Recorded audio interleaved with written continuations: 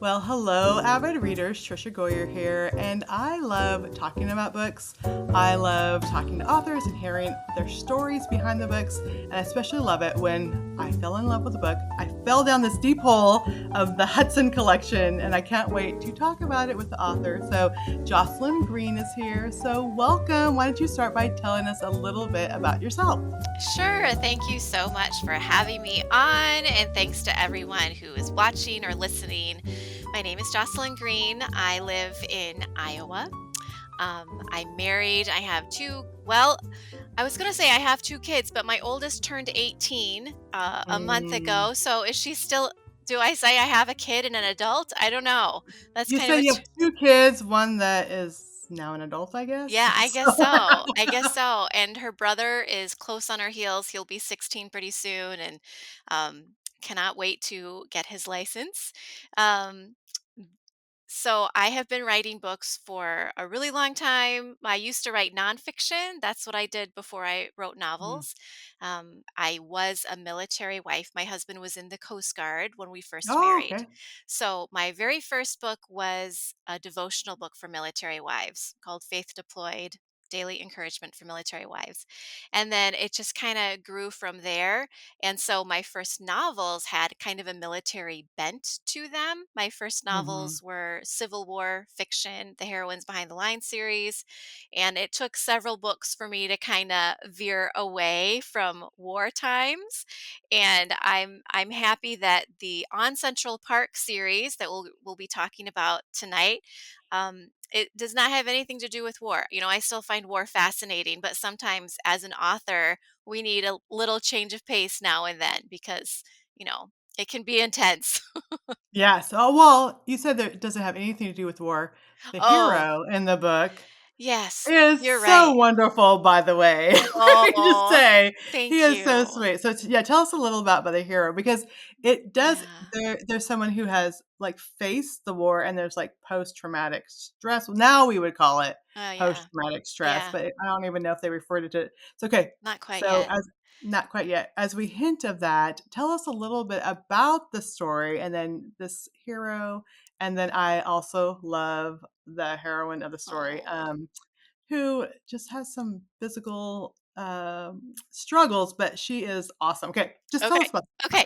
Yes, I stand corrected. So even though the book is not set during a war, war does touch the characters for sure. So the Mhm, year mhm. is 1926. We are a handful of years past the Great War, World War One, and the story is it's set in Manhattan. I'm just going to pick up a visual aid here. So, the Yes, Hudson beautiful. Collection.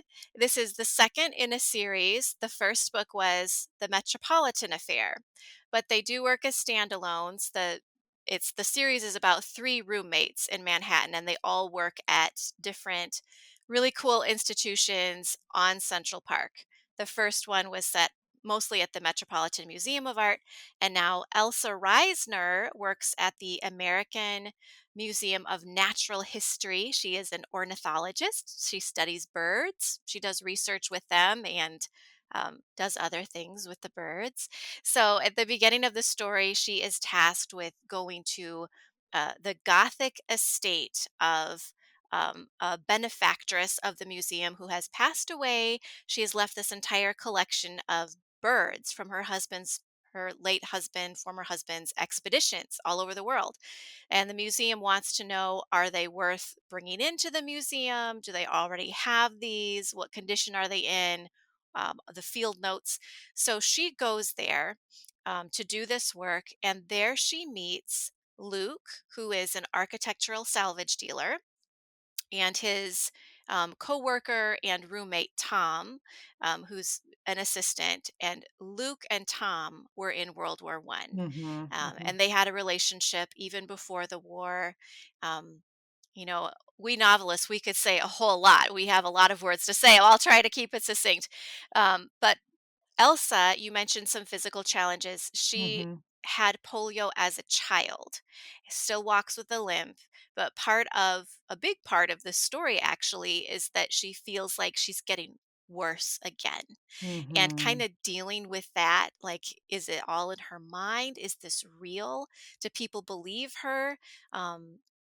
I think readers who have chronic illness will probably really resonate with this idea of having something wrong and not knowing if other people really believe it about you. Right. That's a big theme. And another one is praying for healing and not getting what you're asking for. What do you do with that? Um, while she is there at the estate with Luke and Tom, they discover that a medieval aviary, which is an illuminated book of birds, has been willed to the daughter of the gardener. The daughter is 12 years old and she is atypical neurologically. Today, we would say she's on the autism Hmm. spectrum. Back then, they didn't have the language for it quite yet. And this whole story is set during the height of the eugenics movement in Yes. America, where there was a quest for the ideal human product. Like they even use the word product. So, for those of you who aren't familiar, they even went so far as to have better babies contests at state fairs where they would rate babies, um, all for the sake of saying, well, we can give a blue ribbon to livestock. Let's do it for humans. And let's just, keep on with this whole evolutionary theory that we can just keep getting better and better. So, the core cast of my characters, they each have something about them that the Hmm. eugenics movement would say is definitely less than. Yes. So, they're all setting it within that context, I think made it much more interesting between this 12-year-old child, Danielle, and Elsa with the polio, and these two young men who are still affected by the war. It just made it actually a very endearing ensemble for me as an Hmm. author. I really liked spending time with them, and I loved. I mean, I say watching their friendship develop. I mean, I kind of made it develop, but you know how it Yeah. goes. You made her have to collapse and him have to carry her. You Yes, had to have that happen. I did. Oh, and there's a dog named Barney. There's a Barney dog. is so sweet. Yes. Oh, I Yes. love it. Okay, so what I love, because when I get books, of course the cover's captivating, but I don't even like to read the back cover.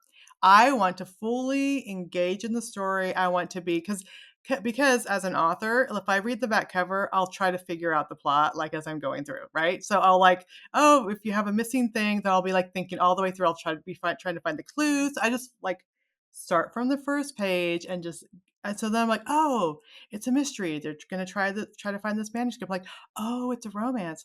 Oh, look at there's these endearing characters. So I'm just getting drawn in. And then after a while, I'm like, this is about eugenics. Like this is about I was like, oh my goodness. And then I was able to see all the layers. And then I like just kept listening. I listened to the audiobook and I just kept listening and kept listening. I was fascinated how you were able to in a very natural way. Like from the Mhm. beginning, you don't like it's not like I have a message I want to declare to you about there was a time in our history when people thought other people were less than and they wanted to remove them from society. Like there was no way. It was just like so naturally unfolding as people are interacting, as they go to Coney Island, as different things are happening, which I don't want to give too much away. Mhm. It was like, oh, this is so beautifully done. And even with things that you can tell by how people are reacting, like someone being Danielle being on the autism spectrum, those words weren't there, but the way you described her, immediately recognizable. Post traumatic stress with these two war veterans, it was compassion and immediately recognizable. But they're all interacting with each other without these words that we are used to saying now. Like we're very like we'll put labels on people and hopefully be more understanding. We just saw them caring and loving each other in a way that was so tender and so genuine with all of their flaws, while each of them is also feeling like they don't fit in, like there is a problem with them. And I think that's what they almost had to band together in this unique family-ish way. in order to bring common good and to make sure I'm again trying to figure out not to give too much away to make sure that the right thing happened at the end. We'll just put it that way. That I just Yes. love No, that. that's beautifully said. You should be a writer. No. Oh, I don't know about that. No, no, no, that was great. That was, yeah, a good description of it. Yep. They Mhm, all had things to learn from each other, things that they didn't expect and didn't mhm, realize. So it was really fun to watch their strengths complement each other and their weaknesses to be not ignored, but just acknowledged and say, you know what, we all have our limits. And there's a line um, in the story at one point where Elsa says, well, either Elsa or Luke says it first, some wounds we can't reach on our own. And mhm. that's, of course, a metaphor, but it's just kind of going back to the whole thing on how we need each other. Yeah, and I really loved also the relationships unfolding with both of their parents too, with Oh both yeah, Luke and Elsa's parents, which I think is so easy to write characters just flat in one way, like they're the good parents or the bad parents, or I love how even those relationships, so even those minor side character relationships, there was a growth in those relationships too, in a very natural way. good. So I really like that. I enjoyed it all. That's why I Well, listened to the whole book like very quickly because I just kept wanting. I'm like, I'll go fold some more laundry. oh Yes, yes. yes. Okay, I have to tell you, I have a book due Friday, and I still listen to this whole book on Oh my audiobook. Just tells gosh, you something. that's So wild. there Well, you I'm go. glad you liked the parent aspect of it because if readers read The Metropolitan Affair, there was a very fraught relationship between father and daughter. And sometimes those are really painful to read. And I've had readers come Mhm. up to me in person, like at a author event, and say, how are you and your dad? Are you okay? Because it seems like you really understand how like dysfunctional relationships work. So I wanted to kind of reward readers and myself by, kind of Mhm. redeeming what I could. I don't want to give things away, but what reader is sad to learn that there's something happy that's going to happen in the book. So, Yeah, yes, the parent relationships were really important to me, especially in this one, and I love a redemption story. So wanted to kind of work that in there. I love that. Okay, so you mentioned this is a book 2. I didn't know there was a book 1.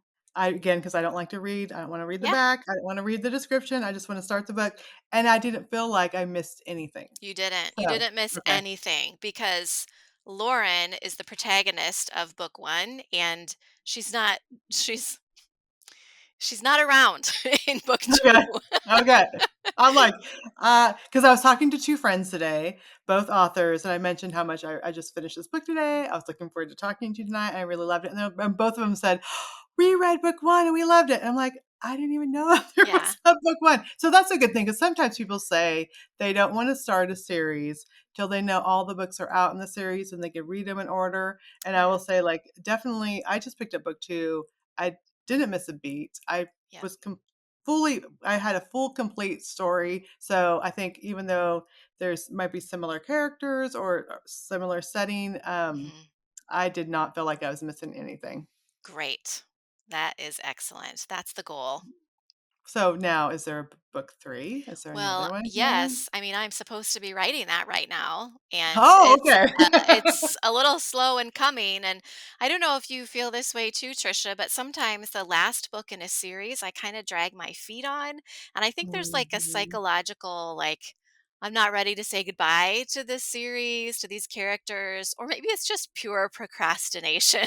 I don't know. Yes. But there will Yeah. be book 3, and that will be Ivy's turn. Ivy's I was gonna ask you if it's gonna be Ivy's Yeah, story. it's She going to be is Ivy. hilarious, I just have to say. The stuff that she comes up with and all her little slang terms she uses Yeah. all the time, Mhm. very and the narrator, I will say, did a great job with, uh with all the little phrases they would just toss out there, very light and playful when she would, read it, so I enjoyed that, Yeah. and I think that era was so unique because the war is over, technology is like growing, but then there's this like arts movement that's happening. But then you could still see the hints, like especially with the eugenic stuff, of Mhm. what's going to be coming. And it Yeah. just only a decade when Hitler is going to be starting in Germany. So it's like this golden period, but they just ended with this really darkness. And you could see kind of even with your story pointing towards what people are saying about this ideal races and Mhm. supreme and survival of the fittest and all this stuff coming. So it's Yeah. this little window of time with a lot looming. And then you have the Gothic house, Yeah. which is super interesting with, and I'll just say this because it's pretty close to the beginning, with dark passages and like hidden things. And so it's a fun read altogether with both there's Central Park, there's the museum stuff, but most of it takes place in this very old Gothic house. And you're Yeah. wondering what is truly hidden within the house. That's right. Yep, I enjoyed a change of scenery because, I 3 books set in Manhattan in the same time period, like, you can only go to the plaza in Central Park so many times. Hmm. So, I did enjoy moving more than half the story out into the country, into this Gothic estate, but yeah, and it was fun too to create, the woman who left all of the birds to the museum Hmm. for Elsa to find her field notes and then kind of mixed in her personal diary and Hmm. try to put it together and piece together the clues, so you really actually get to know a character that you never meet in person because she's Hmm. passed away, but Elsa creates, or she forms, a real connection with her through what she reads, and hopefully readers will too. And then also you see Danielle's connection with her. Yeah. Because the way the things Danielle mimics or echoes from things that they did or things that she learned or yeah, so it was really, really sweet. Okay. Yes, so 2 thumbs up for me. Aw. Love the book. Now I need to go find book 1 because Hooray. but I better wait till my book's Yeah, done you better. so I can finish that.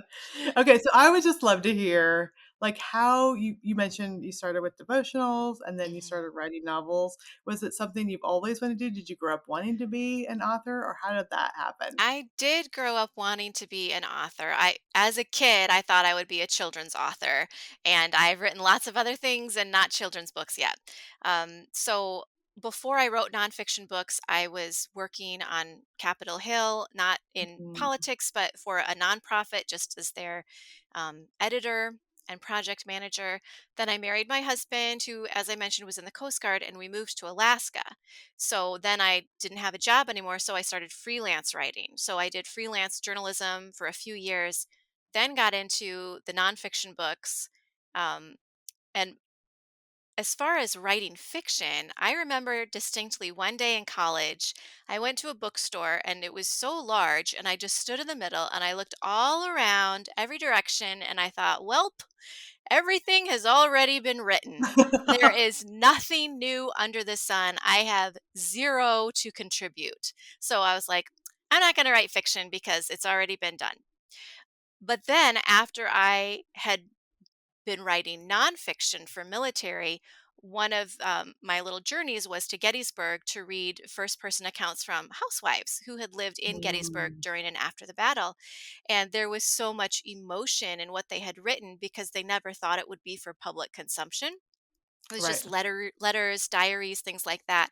And at that point, I thought, a historical novel would be the perfect vehicle to get this across. Mhm, Somebody should do that because I don't remember learning about the women of Gettysburg when I mm, studied this. This is something that maybe hasn't been done 100 million times.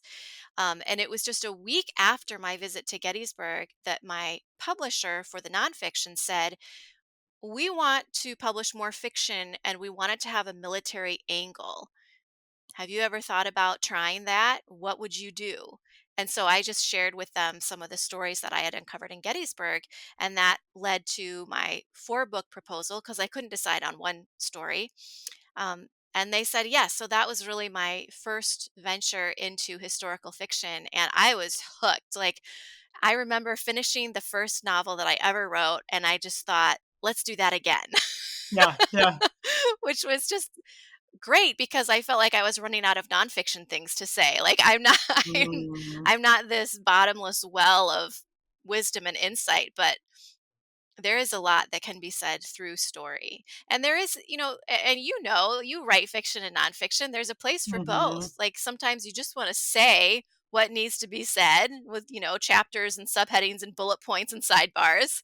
And other times it's a story that will Yeah. get it across. And like you said, I don't begin a book thinking I have a message to preach. I want to tell a good story with characters that feel real and that readers can resonate with. And usually the message just kind of comes through it organically. Sometimes I don't even know what the main point is until I'm Mhm. 3/4 of the way through the story. And then, I can revise to make it all match up. Yeah. What I love so I love teaching young writers, and I'll talk about, when you're looking at a book, it's easy to see the theme looking back at it. Like you said, sometimes authors don't know the theme, but the strongest ones are when various characters have the same struggle but just different facets of it. It's like turning a diamond for a different reflection or different Mm, a different glimpse at it. And so I think Jacqueline Winspear does it really good with her Maisie Dobbs series. I don't know if mhm. you've read those. They're not Christian fiction, but they're mysteries, and every character there's like some little angle. And this yours did that too. It's like, okay, you can see feeling not enough or less than from Luke's point of view, from Elsa's point of view, from Danielle's point of view, although she's not really aware of it, but everyone else is aware. But Sure. you just see it's the same theme going throughout, and I love that you can see that this is a theme that it's coming across, but mostly it's just sharing these characters' lives where you feel like you understand them, you're part of them, and they have genuine compassion for each other because each of them is going kind of through the same thing. So I thought it was Right. beautifully done, even though you didn't intend from the beginning to you're telling that. It was very well done. Yeah, right. Well, I think the one that surprised me more was the Metropolitan Affair. Like that one Mm, surprised me. But with this book, I did have a generally a pretty good idea. And I think when I was planning the Hudson Collection, the moment that things came together was when, during my research, I discovered that eugenics was a really big thing. And I mhm. was thinking, oh, well, that is something to work with. In the Yep. story, it mentions that there had been a World Congress on eugenics at the American Museum of Natural History just like a couple years before Elsa started working there. And I was shocked and, as an American, kind of horrified about that. Mhm. But it just kind of goes to show that we we can make mistakes, like really big mistakes, and something can seem good and right, and it's in our history. And so I wanted to mention it. Yeah. Yeah, and I think we just aren't even aware of that this was part of our history, or the incubator babies that you have in there. It was Yeah, part I think I heard that, on, like, a one of those documentaries, like, things that are hard to believe type of things right. where yeah, it's just amazing that this is part of our history, and, but then someday probably people will look back at our time period and think, like, "What were they thinking Right. doing that?" I'm sure. So I love all the historical facts. I want to hear a little bit about the research because you talked about like going to Gettysburg and getting Mhm. those letters and journals. What type of research did you do for the Hudson collection? Well, I did go to New York City to do kind of a whirlwind research trip for the whole series, which is hard to do, but living in Iowa, I can't go to New Yeah. York as often as I went to Chicago for the Windy City Saga. So I tried to go into as many of the places that are still there as I could. Hmm. And if I couldn't get there, YouTube videos, like good ones, you have to be discerning, are very helpful. There's also a podcast called The Bowery Boys, which is that the name of it? Those are the people who do it. It's all about New York history. So Okay. listen to those a lot, like about what Coney Island was really like. That was Hmm. really fun to have that scene. As far as the bird research, I bought some books about birds, and I There's a tried to. lot of bird research. Yeah. Yes, and the books that I bought, I had to be really careful to only allow my characters to know as much information as people knew in 1926, because some of the Mhm. information that I was learning, like there hadn't been studies done on that until like the 1970s, 1980s, so I couldn't use that. Um, the very first scene in the book, and I know it has made a few readers a little nervous because she's about to dissect a bird, or like skin it. She Yes. doesn't do it. Like she just like places her scalpel there, and then somebody walks in. So don't worry, readers, don't worry. And if that bothers you, you better stay away from my Civil War novels, because we do a lot worse in those. But I found, like, she refers to a guide that her colleague had written for people who want to donate birds, like how to skin the birds, how to stuff them. It was written in like 1924 or 25. And so I am reading the guide that was written by her colleague and using that information as I'm writing these scenes. So that was really fun. I did contact um, people like staff at the museum who work there today, just Mhm. to, try to find out some of the details and look at their annual reports. So I'm such a history nerd, and there's a meeting and they talk about what birds they have recently acquired. All of those birds were actually acquired in 1926. So that was fun for me to put in there. Um, and then I also have a reference librarian at the New York Public Library who has been really helpful. I mean, he spent Mm. an hour and a half on a video call like this with me, just showing me how to use the online resources. I met him in person, and then when I got back to Iowa, he's like, "Let's talk some more."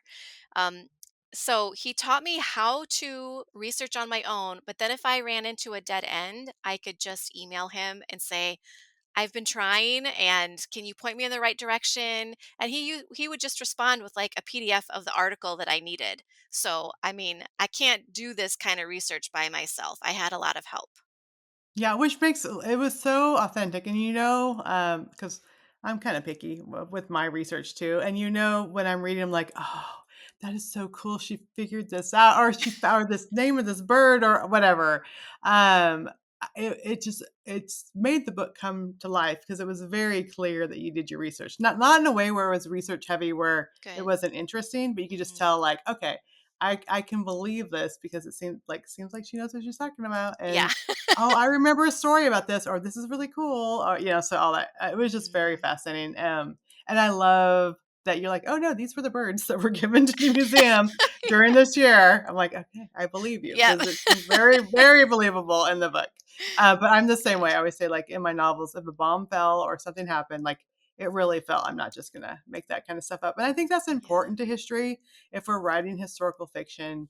Obviously, we're not living there, and these are fictional characters, but you're setting it in a world. This was kind of what was happening at the time, and we could read papers. I love newspapers.com. Oh, It's one yes. of my favorite things to Mhm. read, and just even reading the ads Oh, or yeah. reading the like they were tattling on each other, like Mrs. So and so had this person over for dinner, but Yes. she failed to invite so and so. Like I'm like, this is like Facebook, but it's like Yeah.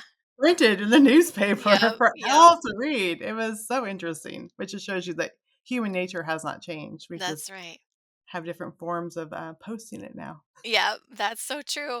Yep, I forgot about newspapers.com, but you're right. The advertisements they're enlightening and informative and sometimes hilarious. Like I Mhm. found an ad for a rubber brassiere. Um, it was supposed to, so the silhouette of females were supposed to be Yes. box like flat and boyish. And so they promised that with this rubber bra, you would sweat away your bust line and become flat. And No so way. I think this is something that Ivy probably tried in her college years. And Yeah. so I have already worked that into book 3, like her Oh, reminiscing about trying this rubber brassiere. Ivy's gonna be so fun to read about. I just have to say, that's gonna be a I blast. hope so. I hope so. She's the one who comes from more of a middle class rather than an upper crust background. So she sees the world a little differently. She doesn't quite have the same filter that maybe her roommates would. But yeah, she's fun to write. She's the one that wanted to, like, find all the scary stuff in the haunted house. Yes. And the hot dogs. Like, And the yeah, and these hot dogs, yeah, I love it. Okay, so much fun. All right, so, do you have a title for book 3? Can you not no, tell us? I don't. No, I, okay, I probably couldn't share it if I did, but we genuinely that's have true. no title. Okay, well, that'll be interesting. I cannot wait for that, but I still have to go back to book 1, but after my deadline. But Like, yes, you I can wait gotta for that because you got to I finish your book. I gotta finish my book first. Okay, so so excited about all your books, but I want to hear too. We love to hear what you love to read or a book that you would recommend. So, what is one that you would like to recommend with us? I would love to recommend, and it's not a new release, it's Where the Blue Sky Begins by Katie Pauner.